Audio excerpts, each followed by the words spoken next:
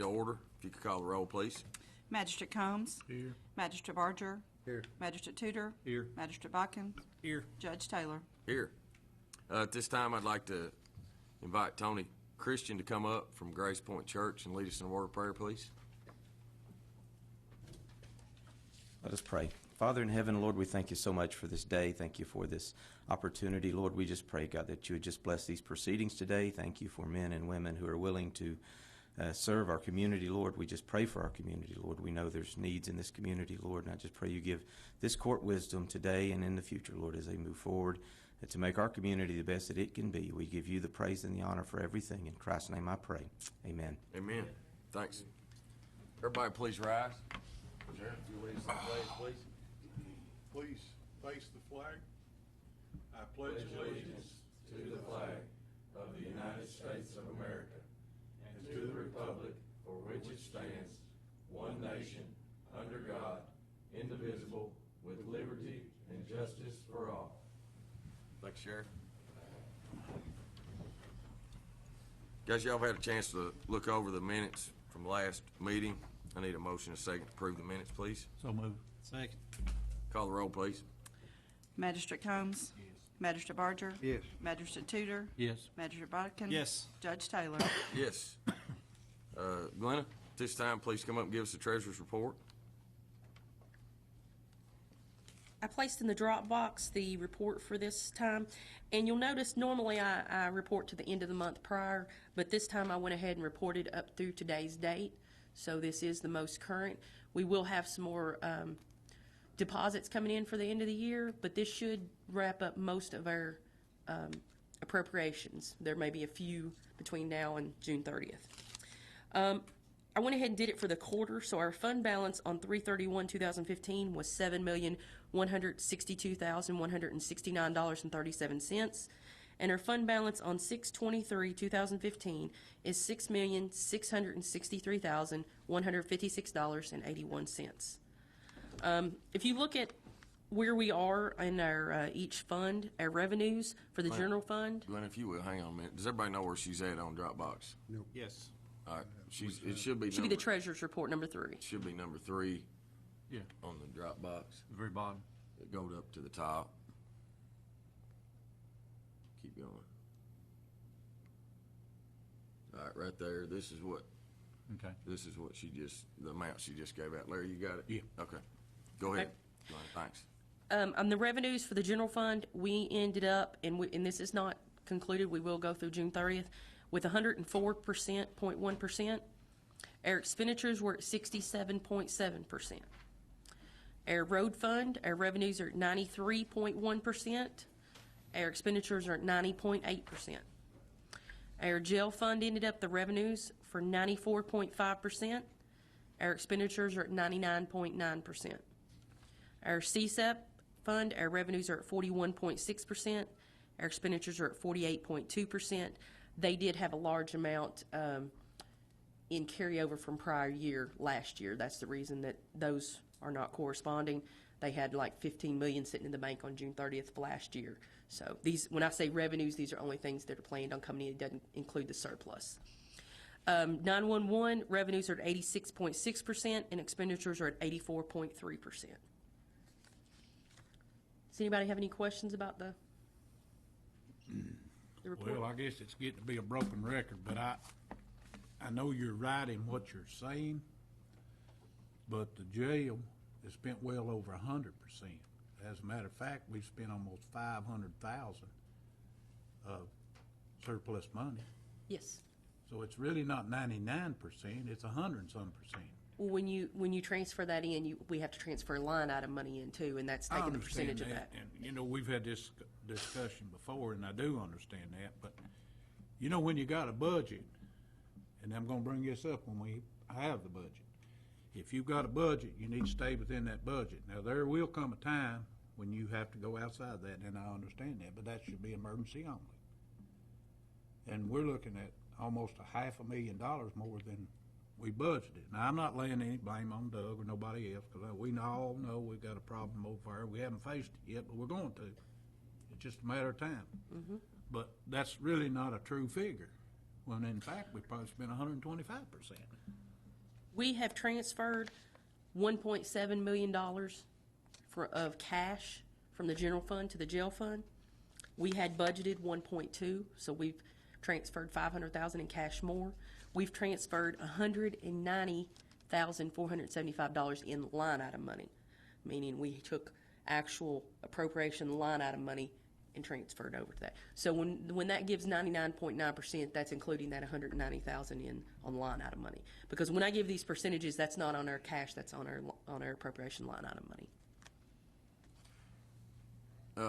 And a question I have on the jail fund is when you do an amendment, so when you transfer that money on the budget, it doesn't show as an amendment. No, that's not an amendment. A budget amendment is when we receive funds in from another source.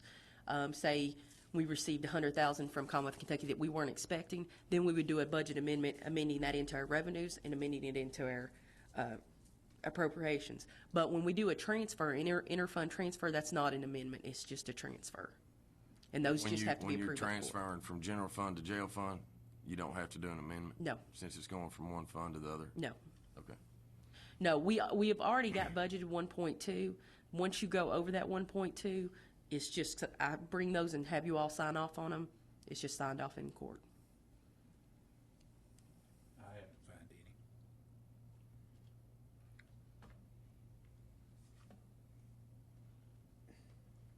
any. That's just a question. We had some huge things like housing inmates outside of the county that we didn't budget for because we had never, until July and August of last year, we had never experienced that. We had never paid that. So that was $218,000 that we spent on housing inmates in other places that hit our budget that we didn't have budgeted for at all. Then they redid the medical contract. It ended up being $265,000 for the year, and we only had budgeted $175,000 from last year. That's all we had budgeted. So we went over $90,000 on that. There's When did we do $300,000. that? October of last October. year. It was voted for on in court. And I think this year we have got a much more detailed budget when you look at it for the 15-16 year that I believe Doug can work with because we have those amounts budgeted in there that we didn't before, that he'll be able to stay within his budget this next year. I expect everybody to stay within the budget we approve it. Not just him, everybody. We have money budgeted for housing prisoners Yes, outside. yes, and for the new medical contract. Okay. And about the same number that cost us this past year. The new budget, 300-some thousand higher. compared to what we spent,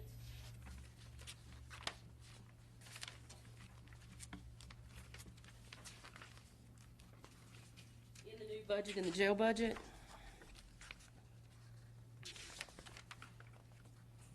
we have to transfer from other funds $1,654,098.35. We ended up transferring 1.7 this year, so we shaved off 46,000.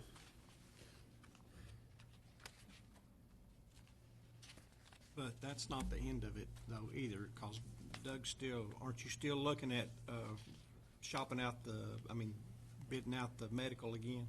Are we still looking for a cheaper source for the medical? I've looked on, I can't find anybody else that. I mean, there are, like advanced correctional healthcare, they're out there also, had been prior before Southern Health Park. Then we went to a different plan where my employees didn't have to pass medication. Well, Southern Health Park was cheaper than advanced with that option. That's one reason we went with Southern Health Partners. It saved us $50-some thousand, if I'm not mistaken, where my office don't have to pass medication. Don't have to handle medication. But as far as I know, there's not any other people out there that I know of that will come to your facilities and do your medical, other than Advanced Correctional Healthcare and Southern Health Partners. Now, I've even talked to a few doctors locally that wouldn't touch it. I've asked them if they would consider, coming into our facility and doing this and doing that, and they would not touch it.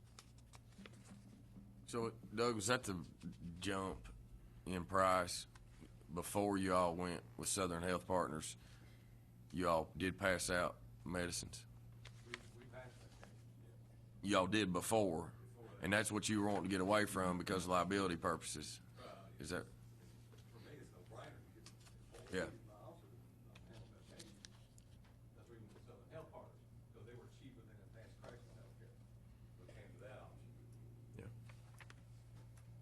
Sure, it's expensive, very expensive. To answer your question, we got 230 contracted inmate housing. What's the, is what's in the there. total for a year that we're paying on the health? You got any idea? For the health right now, Yeah. 265. 265. That's what we paid this past year. And there's some cases that, you know, they're doing what they're supposed to do, but like right now, we're We UK got- sitting with an inmate. 242 2 days. is what's in the budget. Going to be in the new budget. Now, it looks like to me that you get somebody coming out of medical school or something, new practice, you get 2 doctors for $242,000. But I mean, like you said, you talked to them, I guess maybe it's not feasible, I don't know. Talked to a couple of ours who wouldn't, you know, want a part of it. Is it, I don't know what they bring with them, their liability or insurance, I don't know. But they supply all the medicines, is that right? Some of the health partners, I mean, it's in their agreement, they supply the medication. Just like I said, you know, there's some cases where we're in Lexington now, in the UK, but there were 2 nights, and we've got sitting 24/7, and we may be there another 2 weeks, I don't know. You know, so there's some things that, you know, they can't do. So in some cases, Doug, you're 24/7 on some of these inmates. Yeah. UK. I talked to, while we was at the conference this past week, Costly. Bullitt County's got a 300 capacity jail, housing 280 prisoners. Yeah. Their insurance is costing them $27,000 a month, which comes to $324. So we're a little bit below them, or quite a bit below them. Yeah, and they may be doing 24/7, I don't think so. We talked quite a while. I don't remember. their hours. Yeah, but I do know their whoever their health service is giving out the medicines as well, like they are. The advanced correctional or something, health partners. Yeah. So they're on call. You can get, they have three different options. We have for 5 days a week, 8 hours a day, and to pass medication out, then we have 7 days a week, 12 hours a day. But you can get them 7 days a week, or 24/7, if you want to pay them. But that's several thousand more, isn't it? Yeah, that's every, yeah, that, for 24/7, maybe $400,000 a year, I don't know. But they're in your jail constantly, they're never out. And some larger jails, Bowling Green, have them 24/7. Several jails that have them 24/7, they have a larger capacity of inmates. And, you know, in our training, we just past week down in Covington, the nurse, where we had a nurse there from Southern Health Partners, and she said that these jails are housing more sick people than ever seen before. People that are coming to jail with cancer, with dialysis, with just everything and anything that are coming to jail. Everybody's seeing. The one you have in UK, I don't want no names, but is that dialysis or what? Heart issue, and they have to have surgery, what I heard today. And he's in there on child support. Like for $3,000, something like that, but And I be working county attorney, turn him loose. we tried. We tried for 2 days and had it happen, yeah. So that's the one we have set with, you know, the 24/7. So can he be turned loose while he's there? Yes, I mean, if the judge and your the responsibility of the assessor bond or whatever could release him, sure. But that's up to that department, county attorney or office or. Who's going to pay his medical expenses? Well, you will. Yeah. It's a no-brainer. And yeah, it's. Shoot, it'd be cheaper for us to pay his child support. I mean, jeez. That's where we need that Don't make that sense. group that the county attorney's been talking about. Pulled up and then let it go. How much you owe, Doug? 8, 9? How much? 3,000. Well, we need to pay that and get out of that. Turn him loose.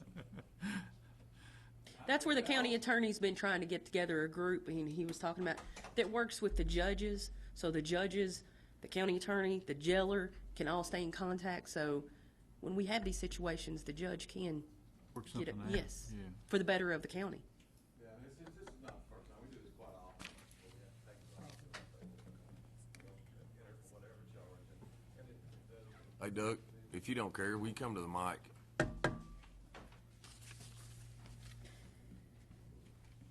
I wish I hadn't asked this question. Yep, getting a message people can't hear on But, TV, so. You know, again, let me say that with our training that's in Covington this past week, that we had someone there from Southern Health Partners, a nurse that was telling us just about how people are coming to jail, sick people anymore, that we're getting a whole lot of people that are coming to jail with heart problems, on dialysis, with cancer. And I mean, we had a guy in there back a year and a half ago that we had to take dialysis 3 times a day while he was incarcerated. He ended up refusing dialysis. We ended up getting sued by his family and him. Eventually went to the prison system and passed away. But you just don't believe the amount of sick people that we have anymore in our jails that need this surgery, that are shooting the drug up. We had to take a guy back about 3 months ago to another county where they had a hospital at, and we worked with the Department of Corrections to get him there in the prison system to where they could do surgery on him before he shot up so much. And about 2 weeks later, we had to go get him and bring him back. But it's just unbelievable. You know, I started this business in 1986, and it's just unbelievable what we're doing now and where we're at with our inmates and how sick they are when they're coming in. And they're coming in now, like I said, and telling us they're going to be coming off of heroin or meth, and I need to see your nurse because they want that medication because they're coming off the drug. That's how deadly and that it is. So they're voluntarily telling us they're going to be coming off. Their families are calling in. Has my daughter or my son seen the nurse because they're going to be coming off of heroin and meth? So I know with these medical people coming into your facilities, it is very expensive, Larry, very expensive. But we have to have them anymore. About every jail in the state of Kentucky has this medical people in our facilities because we have to have them now. We didn't used to. But the amount of people that we're housing now and the people that are coming in on the drug or with cancer, with dialysis or whatever may be the case, that's the way they're coming in anymore. And we're getting a whole lot of them. It ain't just one every now and then. You wouldn't believe the amount of people over right now that are taking medications. Yeah, and then when you take them to the hospital, we got that bill too. We do, you know, and like I said, that we've got one with heart problem. We had him up here. We stayed overnight with him there. We've had him up here 3 times. Now they transferred him this time to UK because he's had some heart issues, had heart surgery in the past or something.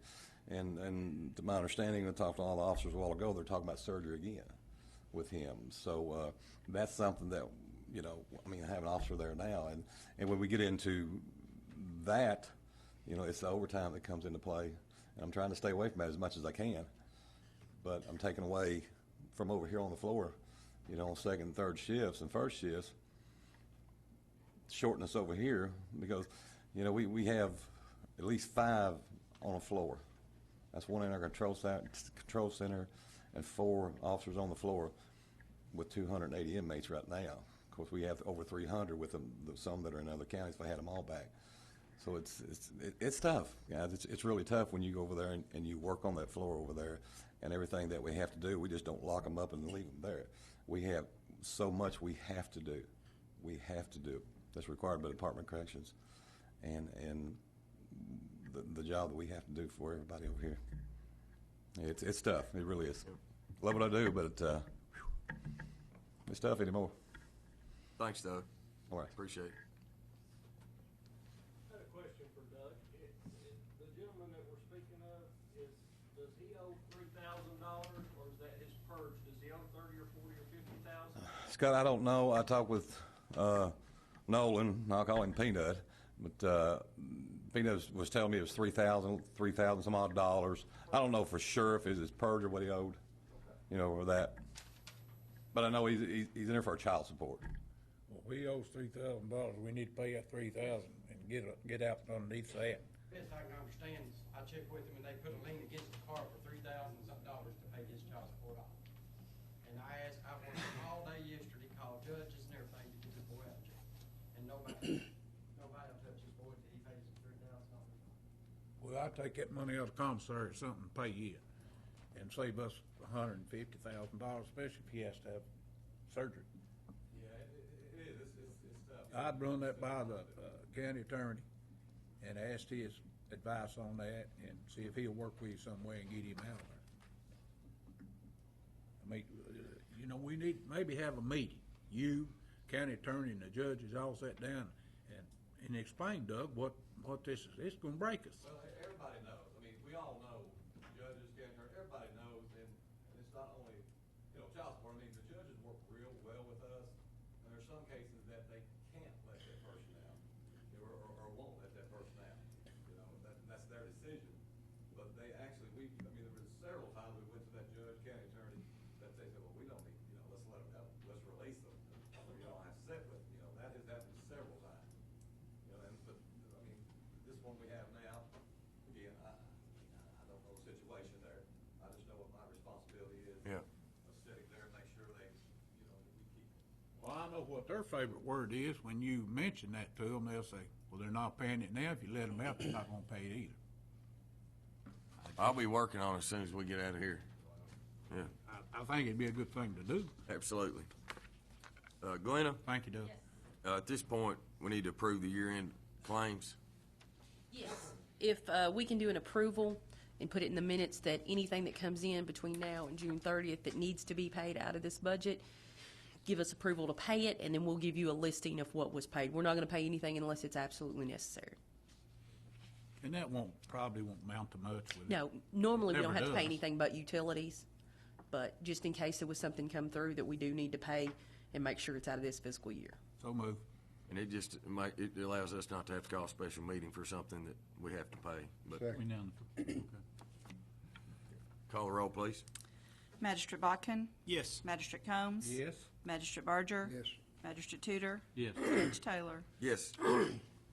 Next, guys, is an interlocal agreement for the Bluegrass Ad District. I know you all voted on this with Judge Clark back in October, but in the interlocal agreement, it says that all 17 counties has to agree, and we had one of our counties that wasn't agreeing with the interlocal agreement, and so we've made some changes, and at this time, I need a motion and a second for the approval of the interlocal agreement.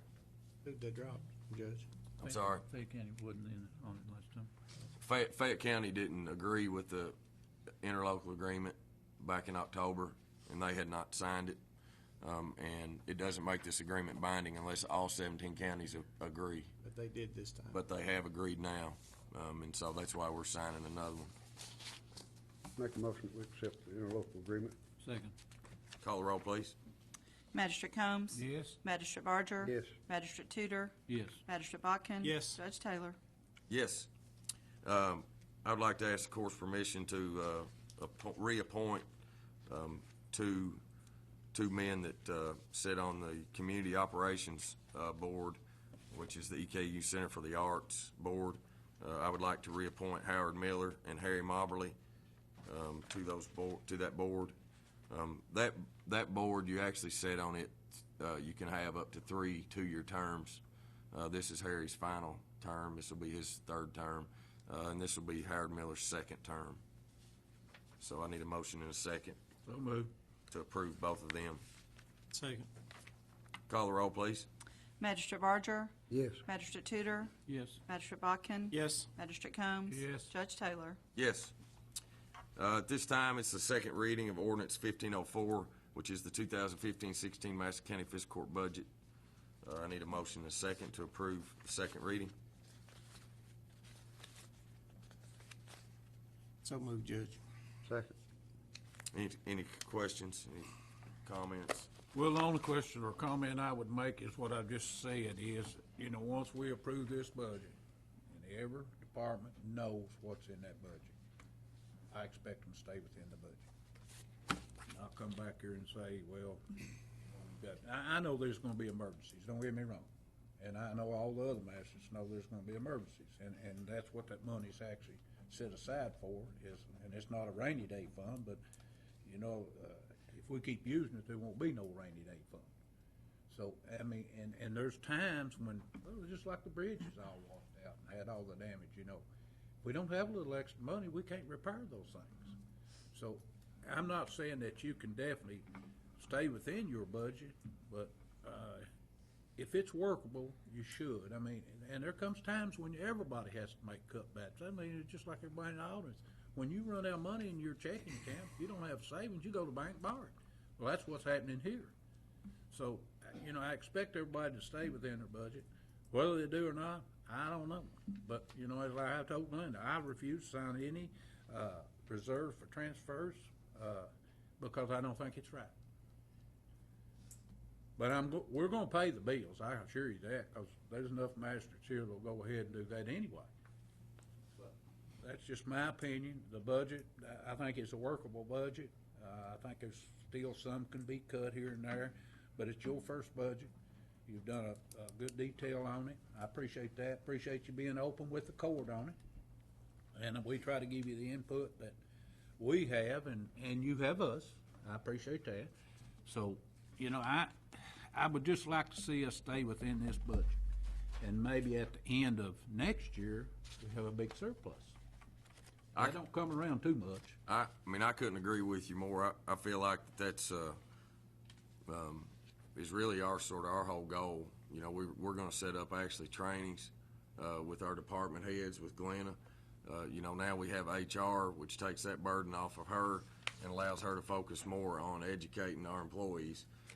You know, when we started our budget review with all the department heads, some of them had never had input on their budget, and we really went through it very thorough, and we actually did detail it out more to where you can follow it. And a perfect example is parks utilities. In our budget, this year's budget, it said $18,000. And when you don't break it down into the actual individual parks, and you don't break it down of water and sewer and electric, then you pay $400 electric bills on a bathroom that's not even being used. And so that's why we are being more detailed. I'm very proud of this budget, it being my first one. I appreciate Glenna's, Colleen. I appreciate the magistrates. I mean, we worked really hard on trying to be very, very, very efficient and cut things where we needed to. And I appreciate your comments. I think it's a workable budget, and I hope that, you know, that it ends up this way, and hopefully maybe this time next year we have a little surplus in all departments. I mean, that would be a welcome to me. I think all of us had an input on it, and especially department heads more so than in the past, and more things are itemized on the budget, so we know what the funds are going for. It's trimmed down by about $4 million from the previous year, so we made a few cuts, and I think it's something we can operate with, so I'm in favor of it. I would still, I know that we've all kind of talked about this at different times, but one of the things that I saw even up to this point was that there's been 2 or 3 times when we have paid blacktop bills that were from the previous year. And in some cases, we transferred $200,000–300,000 for that. And that's one of the things that going forward that I would like to see all of us have a closer input, not trying to tell the road department what to blacktop and what not to blacktop. That's not our job. But what I would like to see us do is have a better input on where that money's going. We know how much money we're getting in. We know how much money that we should be able to split amongst the districts based on the amount of roads that we have, and we should be able to track that to a degree. Already bills are coming in for the different districts, and they're not an even split across the board. So, you know, if I'm going out and I'm asking the road department to go down and put in a culvert somewhere, I should know how that's affecting everyone. And the only way we can do that is if we have a part that we can manage and keep up with. And one of the things too, if y'all notice on your your cover sheet to the budget, where it talks about the changes that we've made just here in the last few days, you know, we separated out the rock. You know, the line item originally was, you know, just crushed stone and gravel.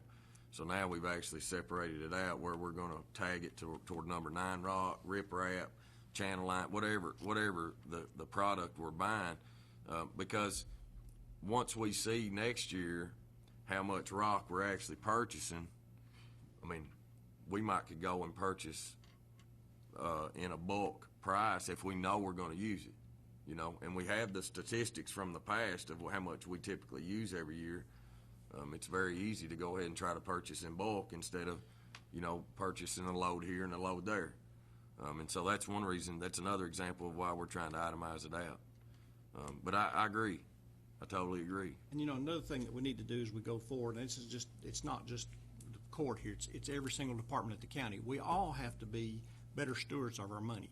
We have to look for ways to be innovative and save our money. And a very good example of this, our hands are tied, and we all know that, but it's the creek rock. How many of our county roads could we fix our own problems with if we could just get them rocks out of the creeks that are dammed up and causing damage to property owners? I mean, that's something that we've all got to try to be more diligent in. Well, we got a meeting Tuesday with that, right? Yep. I don't know how far that'll get, but I hope it goes a long way. We don't know till we meet. That's right. You know, another good thing, and when you break that out, the way you're breaking it out and everything, and I'm sure Willie can do this, or anybody as far as that goes down the road part, we need a separate item, how much rock we're putting on these school bus turnarounds. And I know we have that figure, and it would amaze you how much, we're doing all the labor, all the work, all the equipment. The least the school board could do is pay for the rock. Well, we are at least we're getting reimbursement for the rock now, correct? If they tear it up. For the materials. If they tear up the road, or if they get outside that bus turnaround and rut up somebody's yard, or, you know, it's like that lady down there on Red Lick Loop. Yep. You know, they were actually not using the bus turnaround. They were turning around their driveway. And so we remedied that, and then, you know, they're going to pay us for any damage that they do. But any bus turnarounds that are already existing, you know, we have to do the maintenance on them. But I know They're we not have to paying do the for it. maintenance, but I don't think we'd have to furnish the rock. They can furnish the rock. We're doing all the labor. We're furnishing all the equipment. And there comes a time when you just, and at one time, and I know Willie can speak for this before you come here, and you two guys, we had 4 bus turnarounds on one road. So we finally condensed them and made one. I mean, it's no big deal. It might cost them an extra mile or two, but big deal, you got 4 bus turnarounds, and we made one. So that saved us a lot of money. But still, I mean, we're looking probably $10,000 easy in a year for rock. Yeah, we figured it up. I can't remember what the figure was. It's been about 3 months ago. I think over a 7-year period, Willie, it was about $45,000. Is that right? Yeah. Yeah. So you're looking about roughly, let's just say $7,000 a year. Yeah. I think with as much money as the school board's getting out of their tax base, they should be responsible for the rock if we're going to do the labor on it. I mean, that's shouldn't be something fiscal court have to rock. A lot of them are blacktop. I mean, they should be responsible for the material if we can do the labor. That's the way I see it, Rod. Any other comments, guys, on the budget? Call the roll, please. Magistrate Tudor? Yes. Magistrate Bodkin? Yes. Magistrate Combs? Yes. Magistrate Barger? Yes. Judge Taylor? Yes. Guys, this is the first reading of ordinance 1505, which is our drug policy.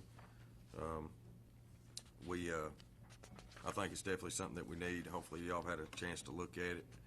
I've actually read it, and I need a motion and a second for the first reading of the drug policy, ordinance number 1505. So move. Second. Any comments? Let's see, Shannon here today? Mm-hmm. Did we get a chance to make changes there that we all talked about? I know I called you about 2 or 3 small Hey, things. step up to the podium if you're going to comment, please. I didn't bring it with me, but, yes. I made the changes that that we talked about Okay, yesterday. just, we were looking for a little more definition in a couple of areas. Yep. We got those, okay. Definitely. It's ready to go. Any other questions? Well, I haven't read through all of it, but is this all departments? Mm-hmm. So This is a county-wide. So we've got every department. Okay, that's good. Yep. And that's probably on, like the road department now, they'll call a name, they gotta go. Yeah, they'll be drawn at well, this is 2 drug plans in one. So any of your safety-sensitive positions and anyone with a DOT has a different, they'll be in a random pool. Everybody else that's not in a safety-sensitive position, we will do new hire testing, reasonable suspicion, and post-accident testing. When it's approved, I've sent it off for a first read also to Frankfurt. Once it's approved and we get certified as a drug-free county, it'll also save us 5% on our workers' comp premium, which off the top will be somewhere around $12,000 in a year. Will that be kind of random yearly too, Shannon, or Just for the safety. just for the sensitive. sake? That generally goes monthly. There'll be a random pool for your federal motor carrier, anybody with a DOT. It is 50% of your pool. So if we've got 12 drivers, we would do whatever averages out to 50% of your pool for the year. It's a very comprehensive plan, and what I had asked Shannon about yesterday, so you gentlemen will know, was there was places in it where that it referenced action that we would take based on a result. And I just wanted to know that we had those documents backed up into place, that those were existing or they were creating them, so that we would have what our plan said we was gonna have. Right. And then there was a couple of places where that we needed a little more definition on a action that it said that we would take, that I asked him to just look at those and define those a little greater as well. I think every employee needs to have a copy of this drug policy and have it sit down with you and explain it to them so they'll be aware of it and sign off on it. And that way there's no question they weren't aware of what the policy was. Yeah, absolutely. Once it's approved, part of being certified through the state is every employee has to go through training. There's employee training, and then all the supervisors will have to go through a separate training. Annually. So annually, yep. Right. And know that this will be attached to our administrative code. And we'll be having the first and second reading on our administrative code, the 2 meetings in July. And we're wanting to really get all this implemented, and it goes into effect August 1st. So, and we actually already have trainings scheduled for the first week in July. Well, the first full week in July. We already have time set up with our departments to go over the administrative code and the drug policy. So, Is there a regulation that says you can't test an employee that's already employed? It has to be new hires, or? Yeah, I believe the ones, the current employees, we can't just go back and pre-employment test because the way it's set up. Like I said, it's pre-employment, reasonable suspicion, which is part of the supervisor training, to where you can recognize an issue and reasonably send someone, and then post-accident. So no, we won't be able to pre-employment test our current. Department volunteers. I'm sorry? Have a department, say the sheriff department, and their employees volunteer to take it. Let me research some more on that. My inclination is to say no, that's going against what the actual policy is. But I'll look into it some more and see what we can do. Shannon, the department heads will be trained to observe any, looks like drug Signs. use, Suspicions. sightings, suspicions, what I'm trying to get at. Yes, I've actually got trainings on the way. It'll be DVDs, one for employees in general, and then one for department You'll heads. have an idea of what to look for. Yes, and I've already got the. Signs to- Yep, I've already got the forms. It's basically a checklist, just a litany of things to look for. If you observe 2 out of these 15 signs, then it's pretty much enough to say something's going on. I need to send you for a test. Yep. Thanks, Shannon. Okay. Appreciate it. Thanks. Call the roll, please. Magistrate Botkin? Yes. Magistrate Combs? Yes. Magistrate Barger? Yes. Magistrate Tudor? Yes. Judge Taylor? Yes. Next, guys, is the lease agreement for new golf carts at the golf course.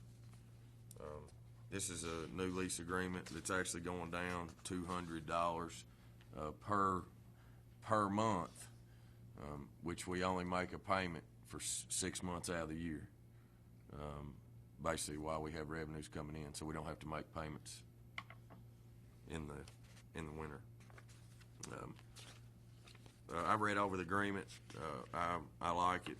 Anytime we can save money, I think it's great. Basically, by signing a new lease allows us not to have maintenance on these golf carts. These are all new. They're all brand new. We were gonna look into the possibility of maybe purchasing golf carts and see how long they would last versus leasing them and so forth, so. Yeah, well, I ran a lot of numbers, different ways. This is not necessarily my long-term fix, but it is short-term, and I think it's fine for now. We were paying $6,400. Well, let's make it easy. We were paying $3,200 a month. Okay, and so now we're going to be paying $3,100 a month for 12 months. Clay also done, I talked to him about this, he done some research on it as well and shopped it as Yeah. well. It didn't just go to No, that's right. his current contractor. Yep. So I need a motion and a second to approve. So moved. Second. Call the roll, please. Magistrate Combs? Yes. Magistrate Barger? Yes. Magistrate Tudor? Yes. Magistrate Botkin? Yes. Judge Taylor? Yes. Next is our maintenance agreement. This is our state road agreement with State Transportation Cabinet on 142.8 miles of RS roads. And I need the court's permission to sign this agreement for another year. Nothing has changed. Well, I need a motion and a second. So move. Second. Any comments? This is where the county actually maintains rural secondary roads for $5,250 a mile. And we do the Exactly right. grading, the mowing, the patching, and Salting. the minor repairs on them. Salt removal. If Or salt. Willie Salt removal. Willie and Scott think we're coming out in the black on this, I feel like we need to go ahead.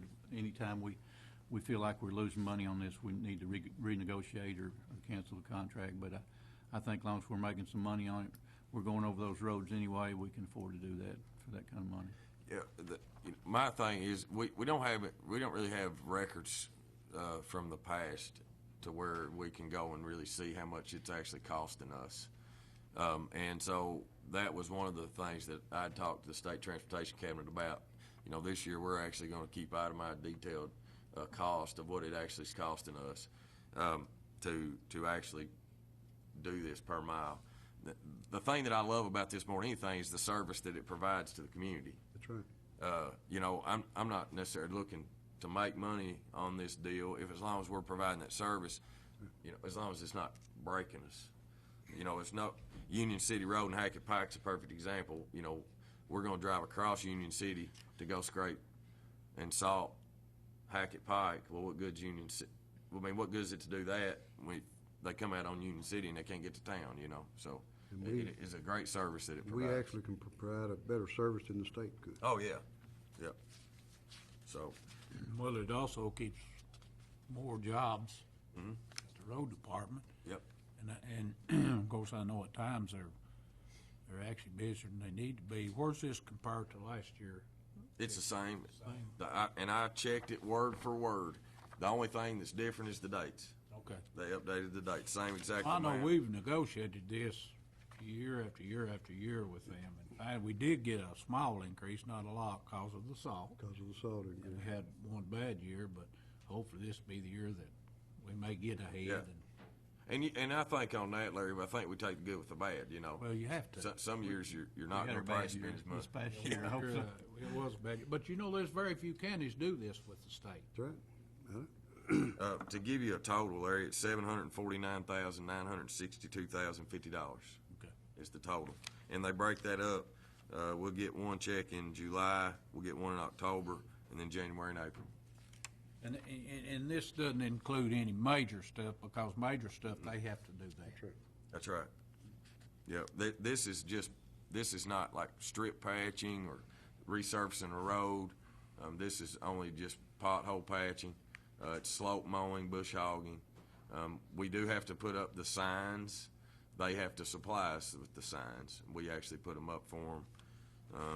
It gives an actual list.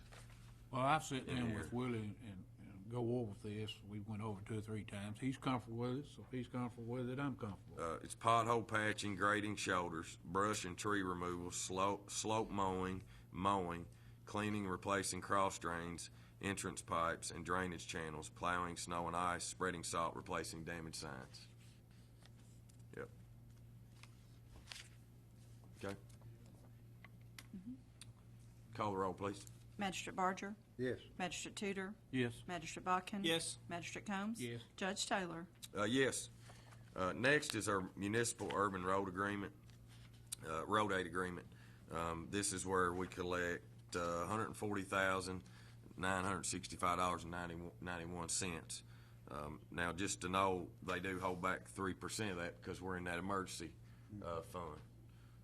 So that won't be the total we'll be getting. We'll be getting $136,736.93. I need a motion in a second to give me the authorization to go into this agreement. Second. Call the roll, please. Or any discussion? You can make any questions? Call the roll, please. Magistrate Tudor. Yes. Magistrate Bodkin. Yes. Magistrate Combs. Yes. Magistrate Barger. Yes. Judge Taylor. Yes. Next, guys, is I want a motion in a second to deny the project for that audio video for CSEP. We had that bid opening, but after we had the bid opening, we had some things that had to change. We're going to actually have to rebid that. So I need a motion in a second to deny that original audio video project. So moved. Second. Call the roll, please. Magistrate Bodkin. Yes. Magistrate Combs. Yes. Magistrate Barger. Yes. Magistrate Tudor. Yes. Judge Taylor. Yes. Next, guys, is to award the bids for the road department. We had a bid opening, I guess, last meeting. This was with the fuel, the rock, and culverts. Willie and Scott both gave a recommendation back to the court that they recommended the Allen Company for the rock bid. Of course, we did have 2 bidders. One of them was a plant out of Mount Vernon. And basically, the census is that we can't, every time we need rock, drive all the way to Mount Vernon to get rock and bring it back. They was a little bit cheaper, but the haul bill would be Yeah. more than the savings, so Yep. we couldn't afford to do that. So I think I'm going to actually ask the court to, we're going to make a motion in a second on each individual one. So I need a motion in a second to approve the Allen Company to supply us the rock this year. So moved. Second. Call the roll, please. Magistrate Combs. Yes. Magistrate Barger. Magistrate Tudor. Yes. Magistrate Bodkins. Yes. Judge Taylor. Yes. Next is culverts. We actually had 2 bidders on that. One of them was Robinson Turley, which is local here in Madison County. The other one was Kentucky Underground. They were out of Grayson, Kentucky. And actually, Robinson Turley was cheaper. So I need a motion in a second to approve Robinson Turley as our culvert provider this year. So moved. Second. Any questions? Call the roll, please.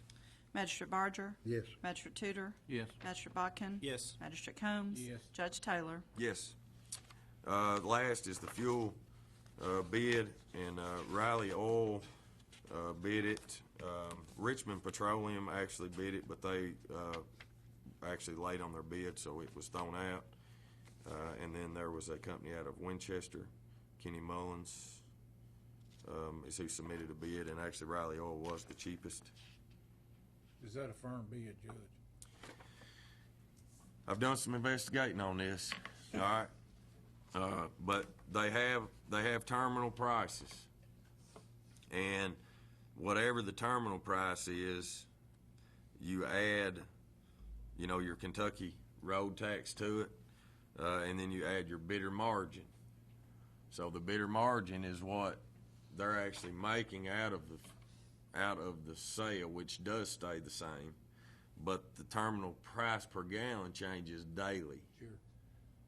And I have been told that sometimes when you will purchase enough fuel for the long term, that they will lock in, but you have to have a place to store it, or you have to guarantee that you're going to buy that much fuel. And so it's a little bit of a gamble, and I'm not quite ready to try to buy it for a 6-month period of time. Probably not looking at much difference in price anyway. Probably not. About 3 months is the life storage on this fuel, Yeah, though. you lose evaporation. You lose some fuel and you lose some octane or whatever value of it, so. That's been a problem for 20 years here, making sure it's a firm bid. Yeah. Never been able to figure it completely out. But it's not. I mean, it's not. The bidder margin stays the same, but that's pretty much the only thing that does. So. Well, you can't blame them.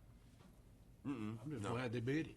Yeah. Are they gonna bill bi-weekly like they had, or monthly like we talked about? No, we're going to get out of that. I have not discussed that with them yet, but we're going to be, a lot of people are going to monthly. It's crazy how many check stuff we sign a month's time.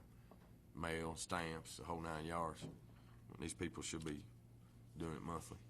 Well, when we asked them about that, they said it changed the rate, so we need to check with that, make sure they won't try to change the rate on us. Okay, so then we probably need to make a motion Hold off on that. according to that then.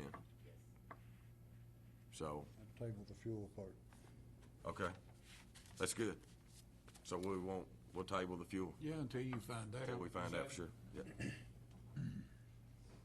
So, if we're tabling it, there's no sense. You'll need a motion to table. Okay. I make a motion that we table the. All right. Call the roll, please. Good. Magistrate Tudor? Yes. Magistrate Bodkin? Yes. Magistrate Combs? Yes. Magistrate Barger? Yes. Judge Taylor? Yes. And that's not gonna put us in a bind on fuel, is it? It possibly could, Larry, because we will not have, the Richmond Petroleum is now servicing Berea, so that was their last fill up the last time, so basically the first of the month we'll be out of fuel at South. Well, if that's the case, Can you make a motion with the stipulation that what Glenna? Yeah, that was ultimately what I was wanting to do, was make a motion on the but see, if stipulation it that they comes bill us back that monthly. they won't, Can't do it right now, we've already tabled that one, but what we can do is we can have a special session, and I don't think we can redo it, we've already tabled it. Yeah, we'll just, at you this can point. poll the masters. Yeah, at this point, we have to move on, because we have already tabled it. So, if we have to have a special meeting, we have to have a special meeting. That's right. Okay. Thanks, Scott. Next is a recommendation of the, we had bids, we had advertisement for CSEP bookkeeper positions, replacing that position. And we have a recommendation by the interview board to hire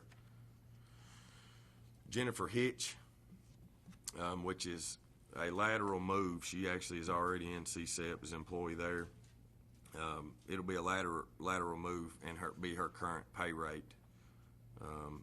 So the previous bookkeeper was making a little bit more than what she actually made, but she's going to do it for the same amount of money. I need a motion and a second to approve her as the bookkeeper position. That's Jennifer Hitch. So move. Second. Any discussion? Call the roll, please. Magistrate Bodkin? Yes. Magistrate Combs? Yes. Magistrate Barger? Yes. Magistrate Tudor? Yes. Judge Taylor? Yes. At this time, Glenn, I'll have you come up to the podium. This is emergency reading of ordinance 15106, and it's also reading ordinance 1607. One is a budget amendment to the road fund, and the other one is a budget amendment to the jail fund. We usually try to do a cleanup at the end of the year, and because there's not time enough we have to have these monies in before we can budget them in. And some of these monies have just arrived the first part of June, so we don't have time to do 2 budget amendments. So DLG likes us to do what they call an emergency order end of year. We only have 1 reading, but we're able to get this money budgeted into our fiscal year budget, 14-15. So it's basically just a cleanup of line items that have gone over what we had expected. For instance, on the 1506 on the road fund, the transportation cabinet, we got in $33,560.83 more than what we had budgeted for and expected. On insurance payments, the payment from the insurance company on the Cane Springs Bridge, we had not budgeted for that. That went into insurance payments, and so that needs to be budgeted in. Both those amounts, which totaled $236,877, were put into reserve for transfer for the road fund. So do you want to go ahead and vote on this one? You'll need to vote on each one separately. Yes, right. Mhm. I so move on this one. Second. Question. Yeah, discussion. I was told Thursday when we were in Louisville, we need to bill Judge Taylor in Estill County for the $10,000.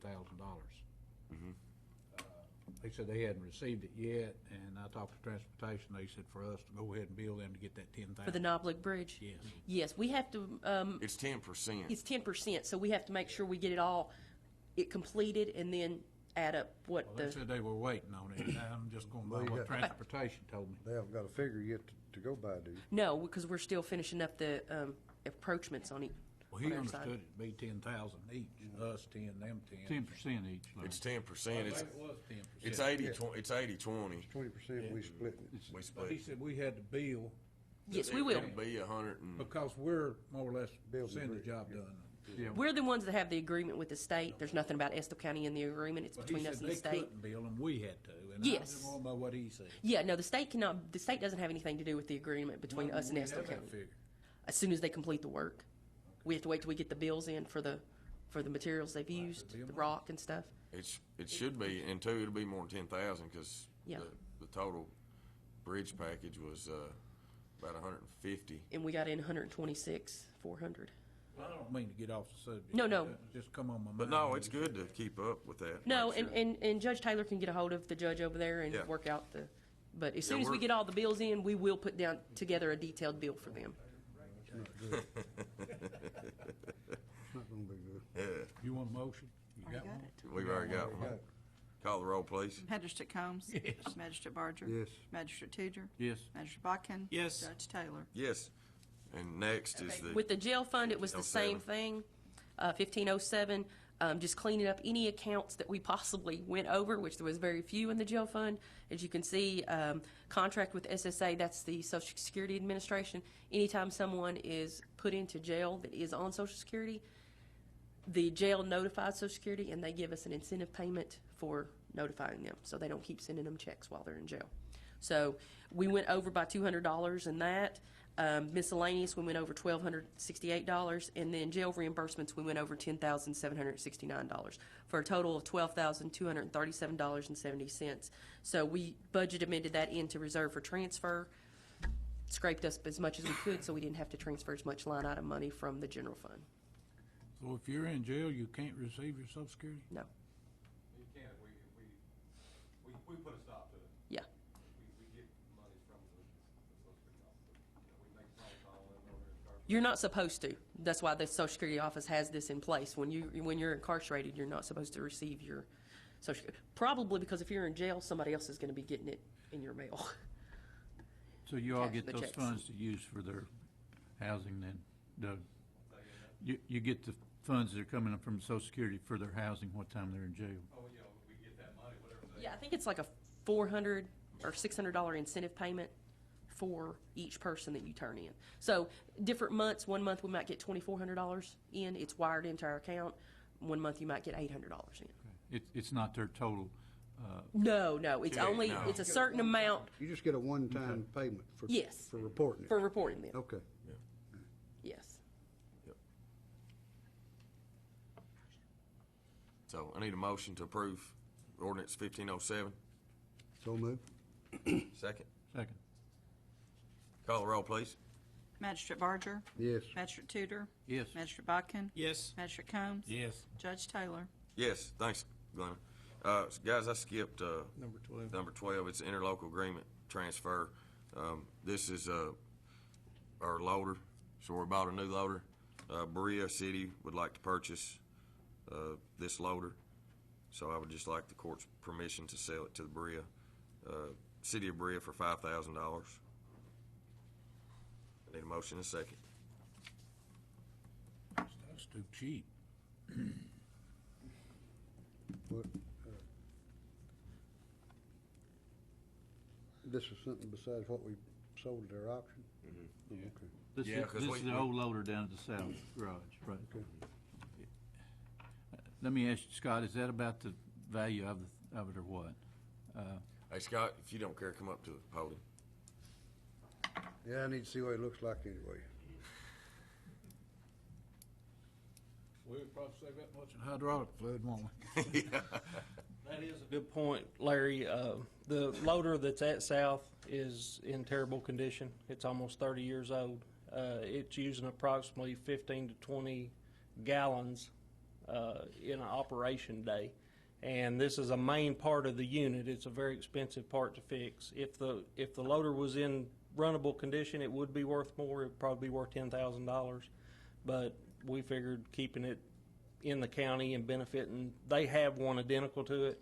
And basically, I think they They're gonna want to part one out? more or less use it for parts. And if they can come up with a way to repair it, then they would have a backup for their salt loading. So we just thought it would benefit them and keep it inter-county and try to help them out some. Would it have brought more to auction, Scott? It's hard to say. It's hard to say, and like I say, the two it's got two major problems, and it was not feasible for us to try to repair it. Well, that's $100 a day, excuse me, Judge, that's $100 a day in just hydraulic fluid. Exactly. Yeah. I think it's $75 for a 5-gallon bucket. Yeah. of it. I know we talked about that the other day. You said you had it cheaper other places, but that's what you found we've Yeah, been paying Tractor for. Supply, you can get it for 30. That's not the good stuff, though, Larry. Sometimes you can't have the best. One of the things too I want to bring up is, we couldn't sell this in the surplus auction. Make sure everybody understands that we didn't have our new loaders yet. We didn't have all that done when we had the surplus sale.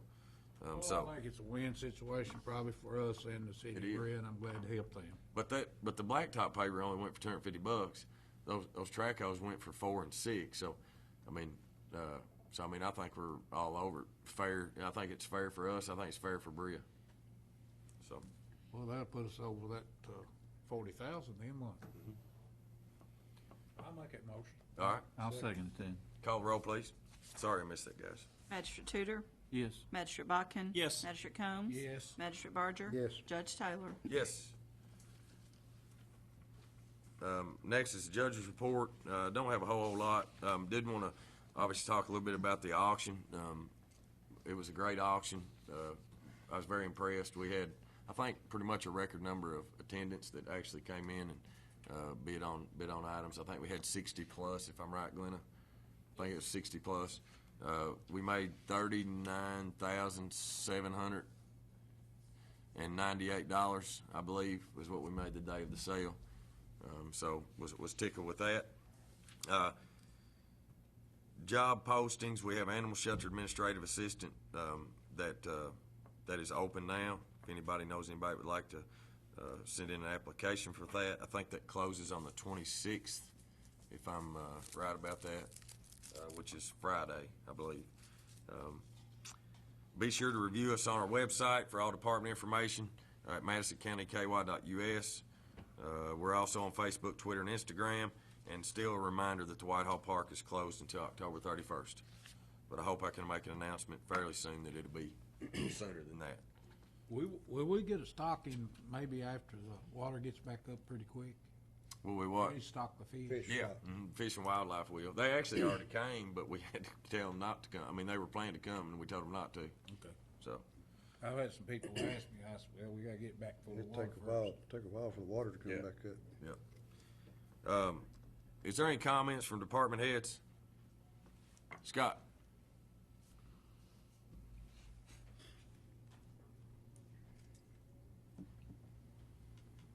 Good Good morning, everyone. I've got two announcements to make.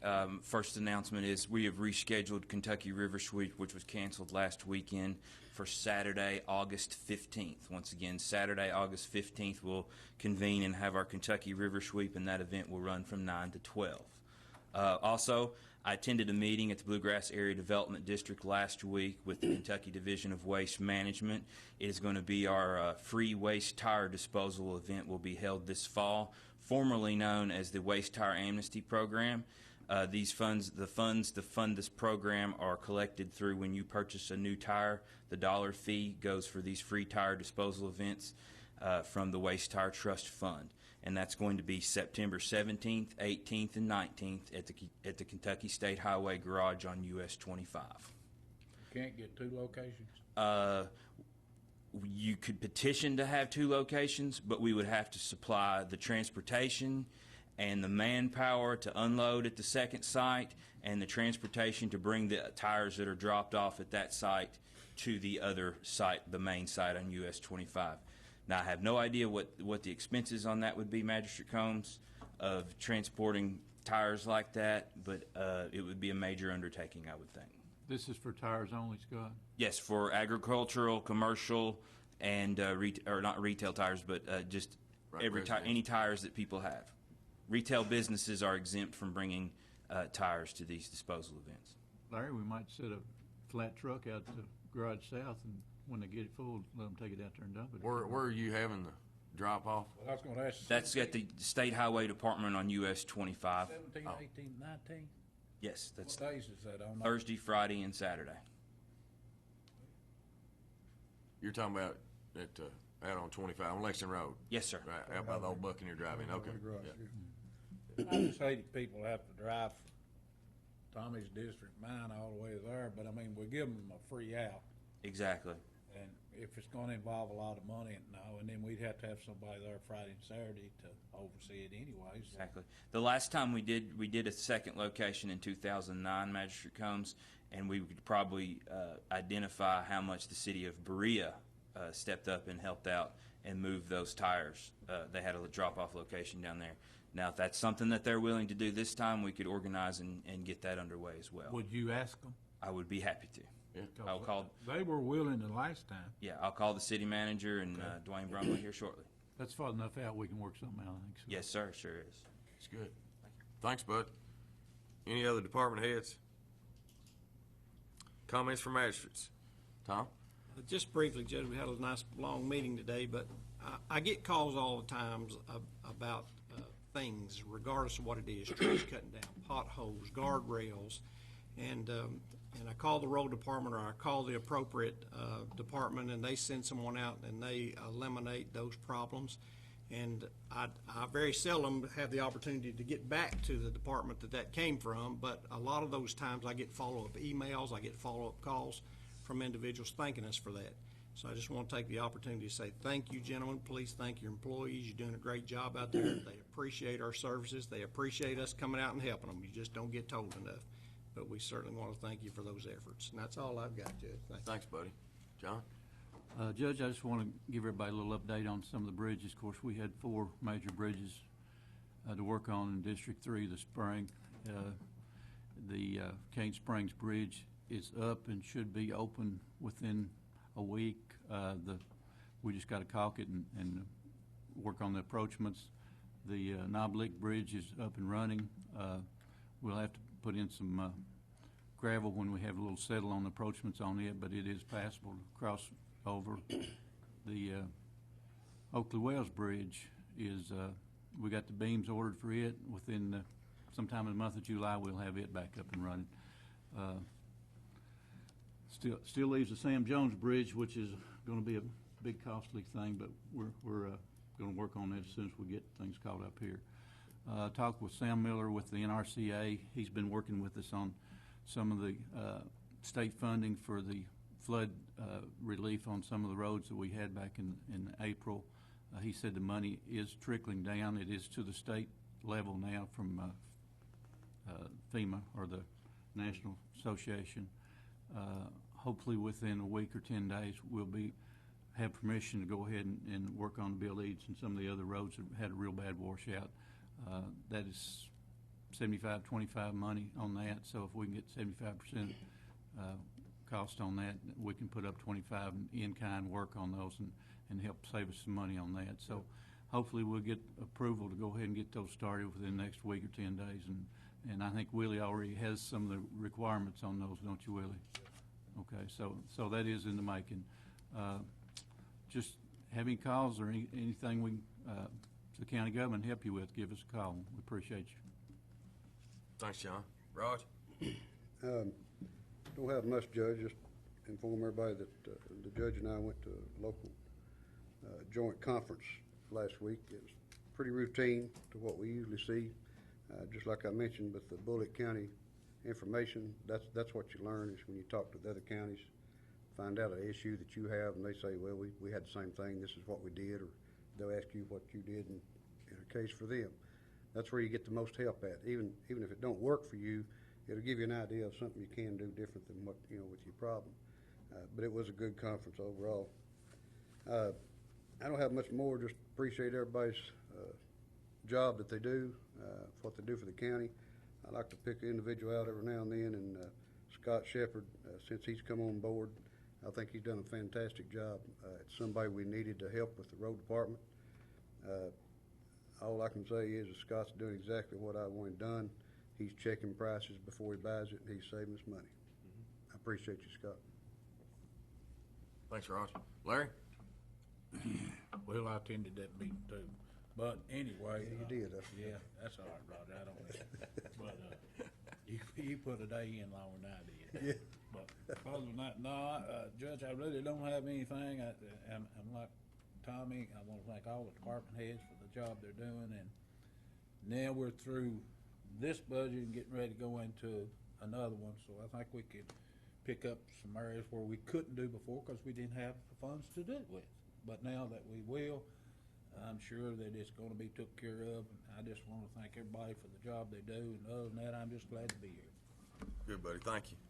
Any comments from the audience? All right.